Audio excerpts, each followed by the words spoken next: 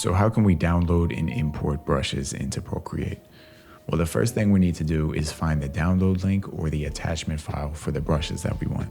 In this post here, you can see that there's an attachment file that ends in .brush set. And this is the file type that Procreate uses for its brush packs. So make sure that your file either ends in .brush set or .brush. If it's .brush, that just means that it's a singular brush rather than a set of multiple brushes. So we can tap on the attachment, tap on download, and go up here to the arrow with a circle around it. Select our new downloaded file, and this will bring us to the download section of the Files app on the iPad.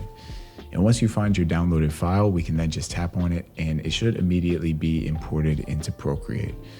And so at this point, with our brushes now imported, we can then tap on the brush icon and scroll up to the very top of the brush library, and right below the recent category should be our new brush pack.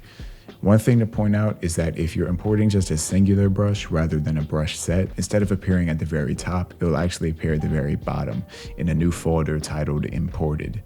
And so one final thing, these brushes that I used as an example are actually available on my Patreon page. So if you're interested, I'll leave a link in the description. But thanks for watching and stay creative.